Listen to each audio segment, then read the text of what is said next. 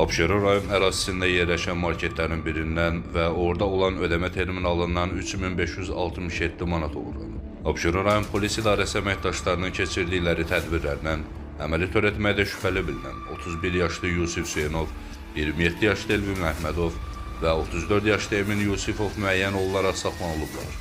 Aparılan araşdırmalarla məlum olub ki, saxlanılan şəxslər paytaxtın müxtəlif rayonlarında, həmçinin Abşeron rayonunda yerləşən 11 mağazadan ödəmə terminallarını sındırmaqla ümumilikdə 38.943 manat pul vəsaitini oğurlayırlar. Onların törətdikləri oğurluqlar təhlükəsizlik kameraları vasitəsilə də lent alınır. Araşdırmalar davam etdirilir. Sami Təşimov, Bugün TV.